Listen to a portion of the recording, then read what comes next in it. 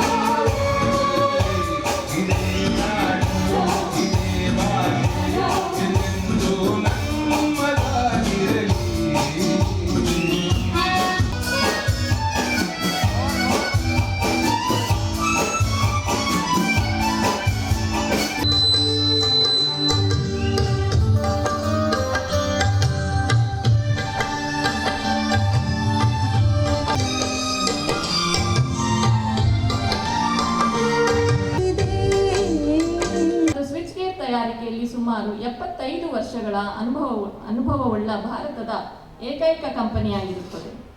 ಮುಂದುವರೆದು ಎಂಇಐ ಕಂಪನಿಯು 2024-25ನೇ ಸಾಲಿನಲ್ಲಿ 89.89 ಕೋಟಿ ರೂಪಾಯಿ ವಹಿವಾಟು ಮಾಡಿರುತ್ತದೆ ಮತ್ತು ತೆರಿಗೆ ನಂತರ 14.13 ಕೋಟಿ ರೂಪಾಯಿ ಲಾಭ ಗಳಿಸಿರುತ್ತದೆ. ಪ್ರಸ್ತುತ ಮೊತ್ತ 189 ಕೋಟಿಗೆ 4G ವಿನಾಯಿತಿ ದೊರೆತಿದ್ದು, ಈ ಆರ್ಥಿಕ ವರ್ಷದಲ್ಲಿ 120 ಕೋಟಿಗೂ ಹೆಚ್ಚು ಉತ್ಪನ್ನಗಳನ್ನು ಉತ್ಪಾದನೆ ಮಾಡಿ ರವಾನೆ ಮಾಡುವ ಗುರಿ ಹೊಂದಿರುತ್ತದೆ.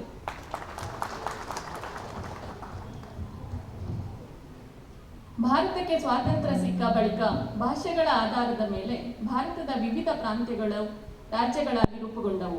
ಅದೇ ರೀತಿ ಮೈಸೂರು ಸಂಸ್ಥಾನ 1956ರ ನವೆಂಬರ್ 1ರಂದು ಮೈಸೂರು ರಾಜ್ಯವಾಗಿ ನಿರ್ಮಾಣವಾಯಿತು. ದಕ್ಷಿಣ ಭಾರತದ ಕನ್ನಡ ಭಾಷೆ ಮಾತನಾಡುವ ಎಲ್ಲ ಪ್ರದೇಶಗಳನ್ನು ವಿಲೀನಗೊಳಿಸಿ ಮೈಸೂರು ರಾಜ್ಯವಾಗಿ ಘೋಷಣೆ ಮಾಡಲಾಯಿತು. ಕನ್ನಡಿಗರ ರಾಜ್ಯ ಉದಯವಾದ ಈ ದಿನದ ನೆನಪಿಗಾಗಿ ಪ್ರತಿ ವರ್ಷ ಕನ್ನಡ ರಾಜ್ಯೋತ್ಸವ ದಿನವನ್ನು ಆಚರಿಸಲಾಗುತ್ತದೆ. 1973ರಲ್ಲಿ ಮೈಸೂರು ರಾಜ್ಯವನ್ನು ಕರ್ನಾಟಕ ಎಂದು ಮರುನಾಮಕರಣ ಮಾಡಲಾಯಿತು. ಕನ್ನಡ ಭಾಷೆ ಮತ್ತು ಸಂಸ್ಕೃತಿಯನ್ನು ಗೌರವಿಸಲು ಮತ್ತು ಕರ್ನಾಟಕದ ಏಕೀಕರಣವನ್ನು ಸ್ಮರಿಸಲು ಈ ದಿನವನ್ನು ನಾಡ ಹಬ್ಬವಾಗಿ ಆಚರಿಸಲಾಗುತ್ತಿದೆ.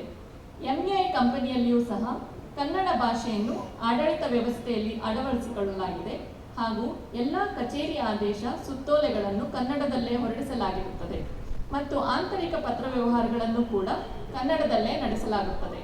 ಕಂಪನಿಯಲ್ಲಿ ಎಂಇಐ ಕನ್ನಡ ಹಿತರಕ್ಷಣಾ ಸಮಿತಿಯು ಸುಮಾರು 40ಕ್ಕೂ ಅಧಿಕ ವರ್ಷಗಳಿಂದ ಕಾರ್ಯನಿರ್ವಹಿಸುತ್ತಿದ್ದು, ಕನ್ನಡ ಪರ ವಿಷಯಗಳಲ್ಲಿ ಸಕ್ರಿಯವಾಗಿರುತ್ತದೆ ಹಾಗೂ ಪ್ರತಿ ವರ್ಷವೂ ಸಹ ಕಂಪನಿಯಲ್ಲಿ ಅರ್ಥಪೂರ್ಣವಾಗಿ ಕಂಪನಿ ವತಿಯಿಂದ ಎಂಇಐ ಕನ್ನಡ ಹಿತರಕ್ಷಣಾ ಸಮಿತಿಯು ಸಹಭಾಗಿತ್ವದೊಂದಿಗೆ ಕನ್ನಡ ರಾಜ್ಯೋತ್ಸವವನ್ನು ಆಚರಿಸಲಾಗುತ್ತಿದೆ.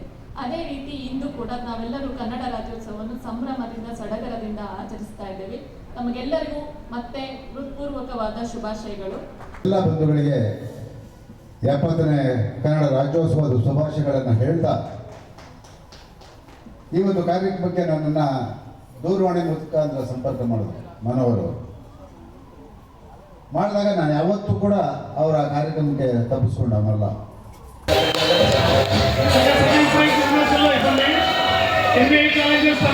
ವಿಚಾರಧಾರೆಗಳಿರುತ್ತೆ.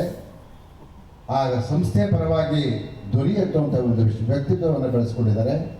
ಅದು ಸುಮಾರು ನನ್ನ 2-3 ಬಾರಿ ಕವಿತಾದಲ್ಲಿ ಅವರು ಅಧ್ಯಕ್ಷರಾಗಿದ್ದಾಗ ನನ್ನನ್ನು ಕರೆಸಿದರು. ಅಲ್ಲೂ ಕೂಡ ಕನ್ನಡದ ಒಂದು ಸಂಸ್ಕೃತಿಯನ್ನು, ಕನ್ನಡದ ಬೆಳವಣಿಗೆ ಹುಟ್ಟಾಕಿದಂಥವರು ಮನೋಹರವರು. ಹಾಗಾಗಿ ಅವ್ರ ಮೇಲೆ ನನಗೆ ಭಾಳ ಅಭಿಮಾನ. ಅವ್ರು ಕರೆದ ತಕ್ಷಣ ಅವ್ರ ಜೊತೆ ಇನ್ನೊಬ್ಬರು ಇಟ್ಕೊಂಡಿದ್ದಾರೆ, ರಾಮಕೃಷ್ಣ ಅವ್ರನ್ನ.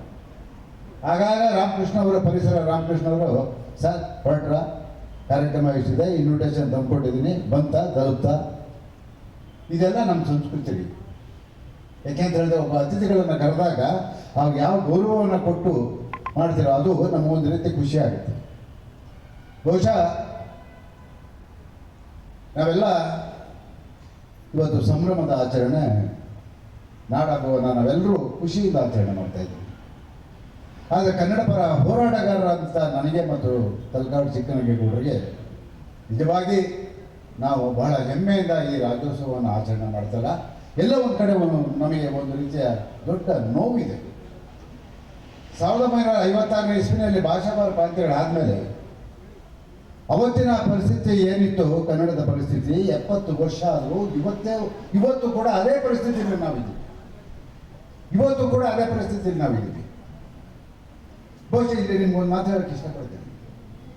ಈ ಕಾರ್ಖಾನೆ ಒಳಗೆ ಕನ್ನಡ ರಾಜ್ಯೋತ್ಸವವನ್ನು ಏನಾದರೂ ಆಚರಣೆ ಮಾಡಿದರೆ ಅದಕ್ಕೆ ಸಾರಾಗೋಗಿದ್ದು ನೇರವಾಗಿ ಕಾರಣ ಅನ್ನೋದನ್ನು ಇವತ್ತು ನಾನು ಹೆಮ್ಮೆಯಿಂದ ಹೇಳ್ಕೊಂಡಿದ್ದೇನೆ.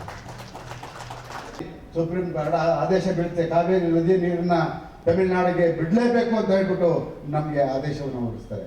ಅವತ್ತು ಒಂದು ಹನಿ ನೀರಿಲ್ಲ. ಅವತ್ತು ಕರ್ನಾಟಕದಲ್ಲಿ ಬರಗಾಲ. ಅವತ್ತು ಬಂಗಾರಪ್ಪನವರು ಮುಖ್ಯಮಂತ್ರಿ ಆಗಿದ್ರು. ಅವತ್ತು ಆ ಆದೇಶ ಹೊರಗಡೆ ಬಂದರೆ, ಸರ್ ಇಲ್ಲಿರೋಂಥ ಜನ, ಇಲ್ಲಿರೋಂಥ ಬದುಕಕ್ಕೆ, ವಾಸ ಮಾಡೋಕ್ಕೆ, ಕೂಲಿ ಮಾಡೋಕ್ಕೆ ಬಂದಂಥ ಜನ ಅವತ್ತು ಸಂಭ್ರಮ ಆಚರಣೆ ಮಾಡಿಬಿಟ್ರು. ತಮಿಳುನಾಡಿನ ಪರವಾಗಿ ಆದೇಶ ಹೊರಡಾಗ ಇಡೀ ಬೆಂಗಳೂರಿನ ಎಲ್ಲ ತಮಿಳಿಗರಿಗೂ ಕೂಡ ತಮಿಳುನಾಡಿನ ಪರವಾಗಿ ಪಟಾಕಿ ಹೊಡೆದ್ರು, ಸಿಹಿ ಹಂಚಿದ್ರು, ಮೆರವಣಿಗೆ ಮಾಡ್ತಾವ್ರೆ. ಅವತ್ತು ನಿಜವಾಗ್ಲೂ ಕನ್ನಡಿಗರು ಎದುರು ಸರ್, ಕರ್ನಾಟಕದಲ್ಲಿ ನಾವು ಕನ್ನಡಿಗರು ಸತ್ತಿಲ್ಲ, ನಾವಿನ್ನೂ ಬದುಕಿದ್ದೀವಿ ಅನ್ನೋದನ್ನು ಅವತ್ತು ತೋರಿಸ್ಕೊಟ್ರು.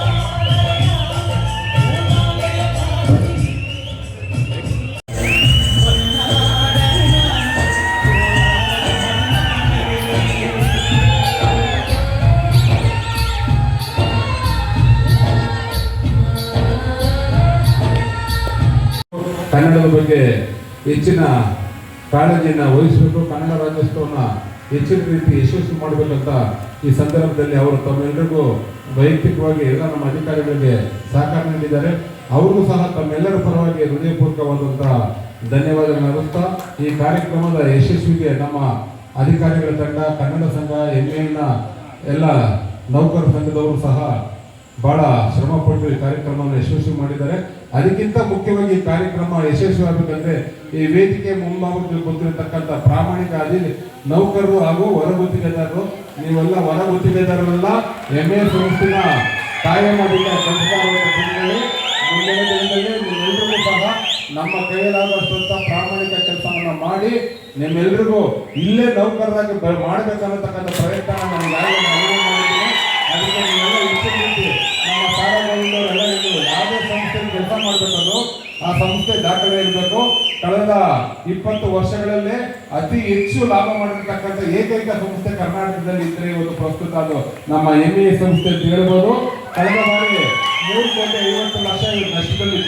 ನಮ್ಮ ಅವಧಿಯಲ್ಲಿ 24-25ನೇ ಸಾಲಿನಲ್ಲಿ ಇವತ್ತು ನಾವು 20,95,00,000 ಹಣವನ್ನ ಇವತ್ತು ಲಾಭ ಗಳಿಸಿದ್ದೀವಿ. 250 ಕೋಟಿಯಷ್ಟು ಇವತ್ತು ಖರೀದಿ ಆದೇಶವನ್ನು ಕೊಟ್ಟಿದ್ದಾರೆ. ಅದಕ್ಕೆಲ್ಲ ಮೂಲ ಕಾರಣ ಯಾರಂದ್ರೆ ನಮ್ಮ ಕರ್ನಾಟಕ ರಾಜ್ಯದ ಮಾನ್ಯ ಮುಖ್ಯಮಂತ್ರಿಗಳು, ಉಪಮುಖ್ಯಮಂತ್ರಿಗಳು, ವಿಶೇಷವಾಗಿ ನಮ್ಮ ಇಂದಿನ ಇಲಾಖೆಯ ಸಚಿವರಾಗಿರ್ತಕ್ಕಂಥ ಸನ್ಮಾನ್ಯ ಶ್ರೀ KJ ಜಾರ್ಜ್ ಸಾಹೇಬರು ನಮ್ಮ MA ಸಂಸ್ಥೆಗೆ ಅತ್ಯಂತ ಉತ್ತೇಜನವನ್ನು ಕೊಟ್ಟು ಪ್ರತಿಯೊಬ್ಬ ನೌಕರರು, ಅಧಿಕಾರಿಗಳು MA ಸಂಸ್ಥೆನ ಬೆಳೆಸಬೇಕು, ಎಲ್ಲಾ ರೀತಿಯ ಖರೀದಿ ಆದೇಶವನ್ನ, ಸಂಪೂರ್ಣ ಆದೇಶನ MA ಕೊಡಬೇಕು ಅಂತ ಆದೇಶ ಮಾಡಿದ್ದಾರೆ. ಸಂಬಂಧಪಟ್ಟ ಇಂದಿನ ಇಲಾಖೆ ಎಲ್ಲ ಅಧಿಕಾರಿಗಳು ಸಹ ನಮ್ಮ ಸಂಸ್ಥೆ ಮೇಲೆ ಬಹಳ ಕಾಳಜಿ ಇದೆ. ಈ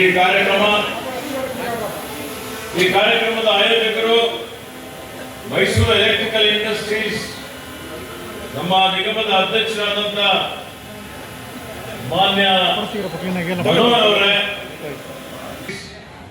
ನಿಗಮದ ಎಲ್ಲ ಸಿಬ್ಬಂದಿ ವರ್ಗದವರೇ, ಹಾಗೆ ಇವತ್ತಿನ ಈ ಒಂದು ಕನ್ನಡ ರಾಜ್ಯೋತ್ಸವದ ನಿಮಿತ್ತ ಏನ್ ಸ್ಪರ್ಧೆಗಳು ನಡೆದಿದೆ, ಎಲ್ಲಾ ಸ್ಪರ್ಧೆಗಳಲ್ಲಿ ಭಾಗವಹಿಸಿ ಬಹುಮಾನ ಪಡೆದಂತ ಎಲ್ಲಾ ಸ್ಪರ್ಧಾರ್ಥಿಗಳಿಗೆ ಮತ್ತು ಅದರಲ್ಲಿ ಭಾಗವಹಿಸಿದಂತ ಎಲ್ಲರಿಗೂ ಕನ್ನಡ ರಾಜ್ಯೋತ್ಸವದ ಹಾಗೂ ನೀವೇನಿದ್ರಲ್ಲಿ ಭಾಗವಹಿಸಿದ್ದೀರಿ ಅದಕ್ಕಾಗಿ ನನ್ನ ಹಾರ್ದಿಕ ಅಭಿನಂದನೆಗಳು ಮತ್ತು ಶುಭಾಶಯಗಳನ್ನು ಕೋರ್ತಾ ಇದ್ದೇನೆ.